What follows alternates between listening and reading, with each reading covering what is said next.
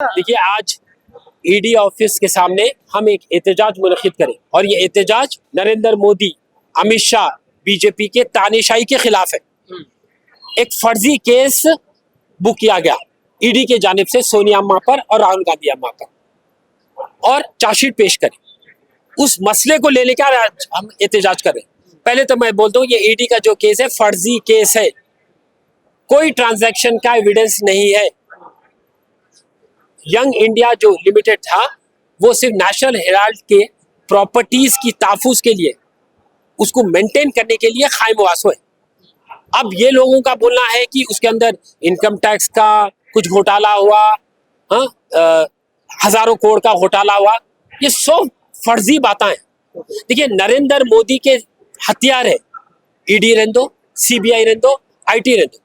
मेरे को ये बोलिए, नरेंद्र मोदी की हुकूमत जब से आई, ये ईडी, सीबीआई, आईटी कांग्रेस के पीछे ही क्यों? जो भी जमात, जो भी लीडर बीजेपी के खिलाफ है, उसके पीछे ईडी चले आती, सीबीआई चले आती, आईटी चले आती। ये जो सीबीआई है, आईटी है और ईडी है, ये बीजेपी के दफ्तर में क्यों नहीं जाती? बीजेपी के लीडर्स के पास क्यों नहीं जाती? और अगर आपको करप्शन के बारे में उतना ही फिक्र है, हिंदुस्तान में जो करप्शन हो रहा, हम इंसाफ दिलाना चाह रहे, हम हिंदुस्तान को करप्शन से दूर फेंकना चाह रहे, दूर हटाना चाह रहे, तो फिर जॉइंट पार्लियामेंट्री कमेटी क्यों नहीं काम कर रहे अदानी स्कैम को लेके? अदानी स्कैम कॉर्पोरेट हिस्ट्री का सबसे बिगेस्ट स्कैम है। और जब हमारे रुकने पार्लियामेंट जब आवाज उठाने की कोशिश कर रहे, तो उनको क्या करना है? सस्पेंड कर दिया जा रहा। आप joint parliamentary committee Adani scam पे क्यों नहीं डाल? और बात रही जब वक्त अमेंडमेंट कानून की, वो कानून अनकॉन्स्टिट्यूशनल है, डिविसिव है और पूरे हिंदुस्तान को पोलराइज कर रहा। अब आप सोचेंगे कि ऐसे मुद्दों को लाकर उन्हें ध्यान हटाना चाह रहे, ऐसा कुछ नहीं।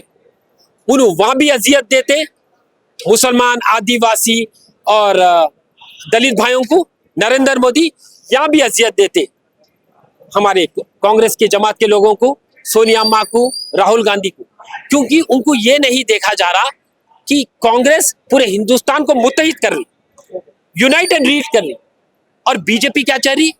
डिवाइड एंड रूल, हिंदू और मुसलमान के बीच में इंतशार। राहुल गांधी का क्या नारा है भारत जोड़ो में? मैं नफरत के बाजार में मोहब्बत की दुकान खोलूंगा। तो अब परेशान हो रहे नरेंद्र मोदी, बोल रहे अरे ये नफरत का बाजार को तो मैं कायम कर रहा, ये शख्स आके उसमें एक मोहब्बत की दुकान खोल रहा, उनको देखा नहीं जा रहा। और जो राहुल गांधी है, सोनिया अम्मा है, उनका दामन शफाफ है, एक दाग भी नहीं है। तो क्या करना? ईडी के जरिए से दाग लगाने की कोशिश करें। मैं आगे ट्रायल चलने वाला है और मैं दावे से कहता हूं इसमें कोई सच्चाई नहीं, फर्जी केस है, एविडेंस कुछ भी नहीं है। सिर्फ लोगों को बताने की, हाँ देखो राहुल गांधी, सोनिया अम्मा एक स्कैम या कोई चीज में मुलविस है करप्शन के, सिर्फ बताने के लिए, जुमलेबाजी के लिए अच्छी है कि तो बीजेपी का फुल फॉर्म है भारतीय जोकर पार्टी, भारतीय जुमला पार्टी।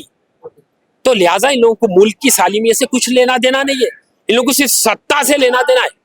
और मैं आपको कहता चलूं कि जब ये स्कैम की बात करते, करप्शन की बात करते, तो ये बीजेपी के लोग राम मंदिर की जमीन का सौदा करे, वाजे तौर पर बोल रहा हूं, सच्चाई बयान कर रहा हूं, पेपर बहसों बोल रहा हूं। 2 करोड़ की जमीन रातों रात 18 करोड़ की हो गई, 1600 करोड़ का घोटाला हुआ राम मंदिर की जमीन, वो राम मंदिर की जमीन को भी नहीं छोड़े आप। और वक्त अमेंडमेंट एक्ट के जरिए से पूरे मुसलमानों के आबो अजाद जो जमीन छोड़ के गए, वो वक्त जायदाद पे कब्जा करना चाहे। तो लिहाजा ये बीजेपी सिर्फ हिंदुस्तान को तोड़ना चाह रही, हिंदुस्तान को जोड़ना नहीं चाह रही, सिर्फ अमीर को अमीर बना रही, अदानी अंबानी को अमीर बना रही, गरीब को और गरीब बना रही। 16 लाख करोड़, कितने? 16 लाख करोड़ रईस जो बिजनेसमैन है, जो नरेंद्र मोदी के दोस्त है, ऐसे 25 दोस्तों के कर्जा माफ कर डाले। कितने? 16 लाख करोड़। लिख नहीं सकते, इतने जीरो है उसमें। तो यहां से समझ में आ रहा कि इन्हों खाली अदानी अंबानी अमीरों के दोस्त है, गरीबों के दोस्त नहीं है। सच्चाई का साथ नहीं देते, झूठ का साथ देते। रावण है, कंस है, कृष्ण की छवि और राम की छवि को है तो राहुल गांधी। तो राहुल गांधी पे एक केस है जो ये ईडी चार्जशीट फाइल करी, पूरा फर्जी है, इसमें कोई सच्चाई नहीं है। इंशाल्लाह आप मुस्तकबिल में देंगे कि लोग को भी समझ में आ जाएगा, जब ट्रायल चलेगा तो कोई एविडेंस नहीं होगा और बाइज्जत बरी होने वाले हैं हमारी इंशाल्लाह कांग्रेस के ఖైదీ। జై హింద్ జై కాంగ్రెస్। ఇప్పుడు ఈ బీజేపీ కాదు ఈడీ అనేది ఒక సంస్థ, అర్థం? ఈడీ అనేది ఒక సంస్థ, దానికి నరేంద్ర మోడీకి సంబంధం ఏంటాడు? ईडी को उसको क्या डिफरेंस है? देखिए भाई सेंट्रल एजेंसीज है। सेंट्रल एजेंसीज किसके हाथ में? मरकजी हुकूमत के हाथ में, नरेंद्र मोदी के हाथ में, अमित शाह के हाथ में, उनके डायरेक्शन पे जा रहा। अब मेरे को बोलिए जुडिशरी के ऊपर खुद आज हुकूमत का असर है। आप मेरे को बोलो, मैं कई जगह पे बोलता हूँ जब 1991 प्लेसेस ऑफ वर्शिप एक्ट को वायलेट किया गया, जहाँ सर्वे न होना वहां सर्वे करा डाला।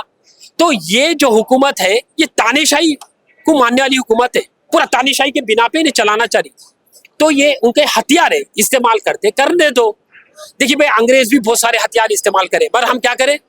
नॉन वायलेंस से हम उनको खदेड़ के बाहर निकाल डाले। इंशाल्लाह हमला इनसे भी मुकाबला करेंगे, ये फिरका परस्त ताकतों को भी हिंदुस्तान से हम मुक्त कराएंगे, बीजेपी मुक्त भारत करेंगे। जो इनका अखंड भारत है, हिंदू राष्ट्र का ख्वाब हम चिकनाचूर कर देंगे। हम यूनाइट एंड लीड करेंगे और सालिमियत और सुकून, अमन सुकून कायम करके हिंदुस्तान को सुपर पावर बनाएंगे हम इंशाल्लाह। जय हिंद जय कांग्रेस।